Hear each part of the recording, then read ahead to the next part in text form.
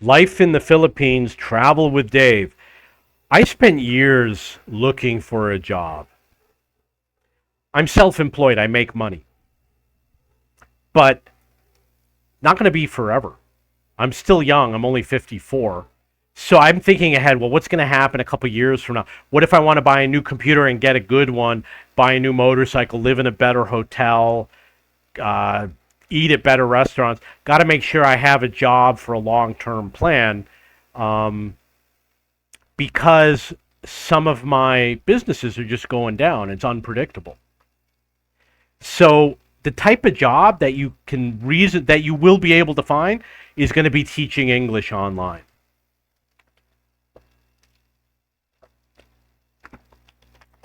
I tried computer programming. I applied for like 300 jobs. Nobody responded. I got like maybe one or two responses, and it's always from an agency that wants me to pay them to find me a job or something like that. So teaching English was easy to find a job. You either pay $5, you either get paid $5 per class or $7 per hour. The better places pay $10 per hour. The super excellent places are going to pay 15, 20, 25, and you're going to get business clients. Some places pay per hour, some per class. You make more money per hour. Because when you do per class, you have to build up your clients. Classes, I've done 10 minutes, 15 minutes, 30 minutes. I don't think I did 40. It gets to be a little bit exhausting. I did a 5 hour shift every day for 5 days, and getting that first paycheck every 2 weeks, it was like $450. I was like, all the things I could do with this, I could invest in my business, buy advertising, upgrade my server, buy a new camera. So many things I could use this money for, pay off, use it to pay my income tax, or you got to pay for your visa, things like that. You got stuff you got to pay for. Could eat a better meal. So even though I have money, I have to be wary of what's going to happen 2 years from now. I thought I was going to have no money this year, but I cut my expenses in order to make sure that I would have money this year, and I've got money for next year, et cetera, et cetera. But it takes planning because the income is not steady; it goes up and down. So teaching English online is the best thing to do. You go to Chat GPT and you say, tell me the top 5 English teaching companies. Those are going to be a little difficult to get a job with because they're going to be more strict. You want to go to a small company, but they're going to be hard to find. They can't find you and you can't find them. So you got to go to Facebook and look for English teacher group, and it's going to be word of mouth. You're going to find a person who's an employee who is another teacher or something like that, and they're all run very poorly. You're not going to get trained. You're going to do everything wrong. They're going to complain, oh, you talk too much, oh, you don't talk enough, or you speak too much English, you speak too slow, you speak too fast, too much vocabulary, too much phonics, too many sentences, you're not teaching them math and science, you're not teaching them physics. It's just going to be one thing after another. They complain about everything. And I'm lucky, I'm fortunate that my English is good. I happen to speak proper English. My English is what is taught. My English is what you would consider to be a proper American English accent. So I have an easy time getting jobs. When I listen to English people, they do pronounce some of the words substantially differently, like controversy would be an example. And they do have accents that I consider to be a little bit entertaining.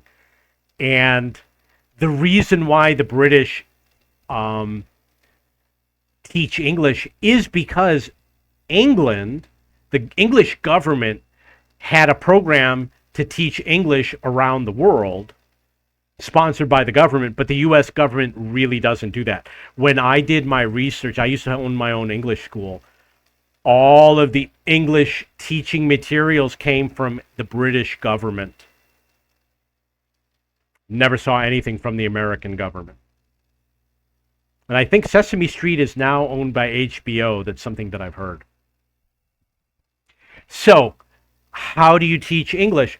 First of all, you're going to have to come up with a method. You're going to have a variety of students. They're either going to be kids or they're going to be business people. In my case, I had a lot of computer programmers and AI programmers, and they liked talking to me because I am also an AI programmer. So I was able to talk to them about how AI works. And because I've been programming since the 1970s, when I was like 9 years old, obviously you're just doing Logo or Turtle or whatever it's called.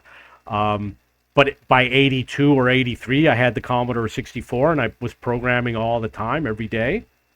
I know everything about programming. And I don't know everything about AI, but for text, I am an expert with AI that's related to text,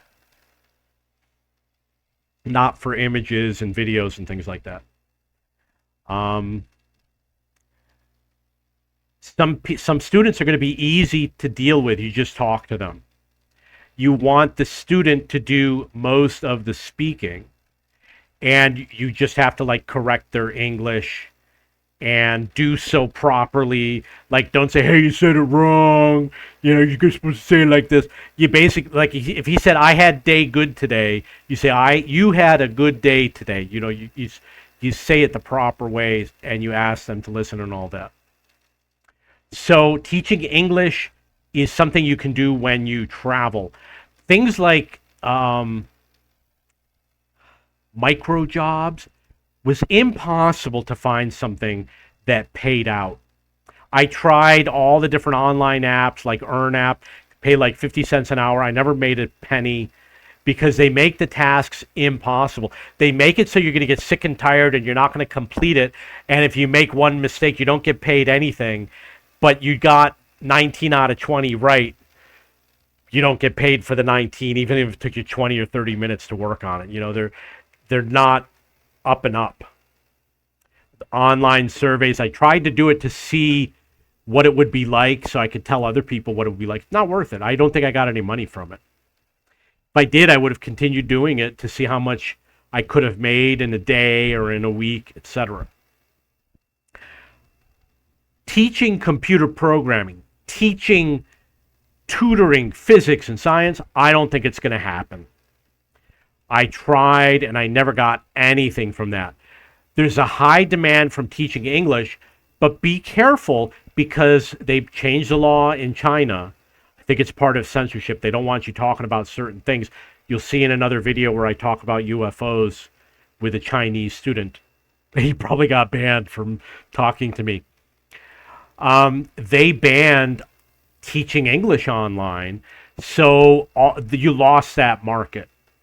I don't know what happened, but if you ask around, people will tell you that something happened with China a couple of years ago.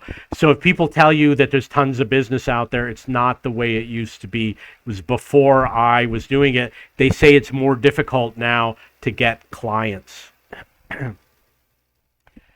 Okay, so that's about employment while you're traveling. No one's going to tell you about work permits and work visas. Research it on your own. On the forums, they don't know anything.